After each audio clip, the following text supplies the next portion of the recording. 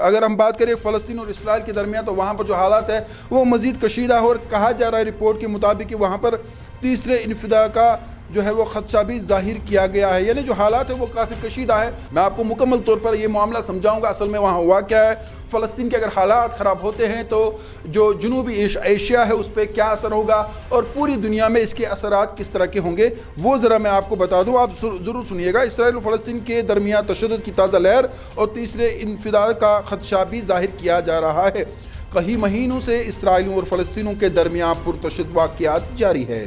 بہت سے لوگوں کو یہ خدشہ ہے کہ کہیں یہ اپنے نقطۂ ابال پر تو نہیں پہنچ چکا ہے۔ اسرائیل طیاروں نے راکٹ داغے جانے کے جواب میں غزہ کی پٹی پر بمباری کی ہے۔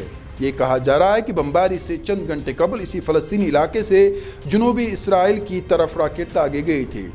اسرائیلی فوج کے مطابق طیاروں نے غزہ میں ایک ہتھیار بنانے والے ٹھکانے اور حماس کے فوجی احاطے کو نشانہ بنایا ہے، لیکن اس تبادلے سے پہلے اسرائیلی فوج کی جانب سے بدھ کے روز نابلس کے قبضے میں ایک حملہ کیا تھا، جو کہ سن 2005 میں فلسطینی حکام کے ساتھ ہونے والے معاہدے کے بعد مغربی کنارے میں سب سے مہلک حملہ تھا، جس میں 11 فلسطینی مارے گئے تھے۔ ان مرنے والوں میں 6 اکثریت پسند اور 5 شہری ہلاک ہوئے، جبکہ 100 افراد زخمی ہوئے۔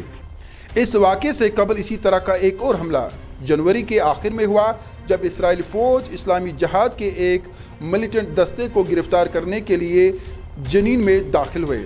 اس دستے پر انہوں نے الزام لگایا کہ وہ اسرائیلی شہریوں اور فوجیوں کے خلاف متعدد اور بڑے ملیٹنٹ حملوں کے منصوبہ بندی اور ان کو انجام دینے میں ملوث تھے۔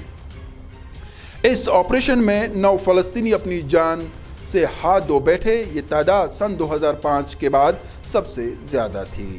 اس حملے کے بعد یروشلم کی ایک یہودی عبادت گاہ پر ایک فلسطینی کی طرف سے فائرنگ کی گئی، جس میں 7 اسرائیلی مارے گئے۔ یہ واقعات کچھ ایسے فلیش پوائنٹس ہیں جو تشدد کے ماحول کو ظاہر کرتے ہیں، جس کی وجہ سے اسرائیل اور فلسطین کے تعلقات حالیہ دنوں میں تناؤ کا شکار رہے۔ اصل تشدد کا چکر کیا ہے وہ ذرا سنیے۔ اسرائیل اور مغربی کنارے میں گولہ باری کے تشدد میں سن 2022 میں قابل ذکر واضح ہوا ہے کہ جو سن 2005 میں دوسرے انتفاضہ کے ختم ہونے کے بعد سب سے مہلک سال بن گیا۔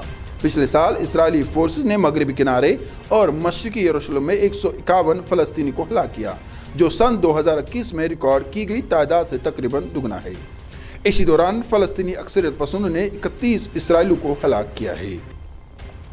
سن 2022 میں بھی فلسطینی اکثریت پسندوں نے اسرائیلی فوج پر تقریباً 300 راؤنڈ گولیاں چلائی۔ اگر سن 2021 میں سے بمقابلہ کیا جائے تو اس میں قابل ذکر اضافہ ہوا ہے، کیونکہ اسرائیلی حکام کے اعداد و شمار کے مطابق اس سال صرف 61 راؤنڈ گولیاں چلائی تھی، جبکہ اس سے قبل سن 2020 میں یہ تعداد 31 تھی۔ سن 2023 میں اب تک تقریباً 60 فلسطینی مارے گئے ہیں، جن میں سے اکثریت پسند اور شہری دونوں شامل ہیں۔ اس کے ساتھ ہی 10 اسرائیلی اور 1 یوکرین بھی اس میں مارے گئے تھے۔ بہرحال پچھلے سال کے دوران اسرائیلی اور فلسطینی اکثریت پسندوں کے حملوں میں مغربی کنارے میں اسرائیلی اور فورسز کے چھاپوں اور گرفتاریوں میں اضافہ ہوا ہے۔ اسرائیلیوں کا کہنا ہے کہ وہ اکثریت پسندوں کے حملوں کو روکنے کی کوشش کر رہے ہیں۔ اس موزی چکر کے سیاست دانوں اور ماہرین کو اس تشویش میں مبتلا کر دیا ہے کہ صورتحال ہاتھ سے باہر نکل رہی ہے۔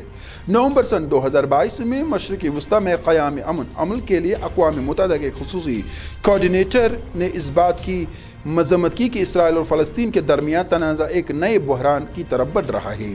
انہوں نے کہا، اشروں کے مسلسل تشدد، غیر قانونی بستیوں کی توسیع، غیر فعال مذاکرات اور قبضے کرنے کے بڑھتے واقعات کے بعد تنازع ایک بار پھر عروج پر پہنچ رہا ہے۔ فروری کے اوائل میں بی بی سی کے ساتھ ایک انٹرویو میں وینزلینڈ نے خبردار کیا تھا کہ اسرائیلی اور فلسطینیوں کے درمیان تشدد کا سلسلہ ایک نازک موڑ پر ہے۔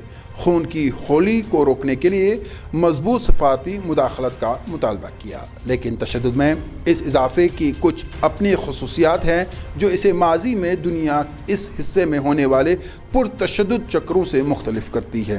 نامن نہ امید۔ دونوں طرف کے شہریوں کے خلاف حملے سے تشدد میں اضافہ ہوا ہے، اور ایسے تناظر میں اسرائیلی اور فلسطینیوں کے درمیان دیرپا امن کے حصول کا امکان بہت دور نظر آتا ہے۔ بین الاقوامی ادارے کی طرف سے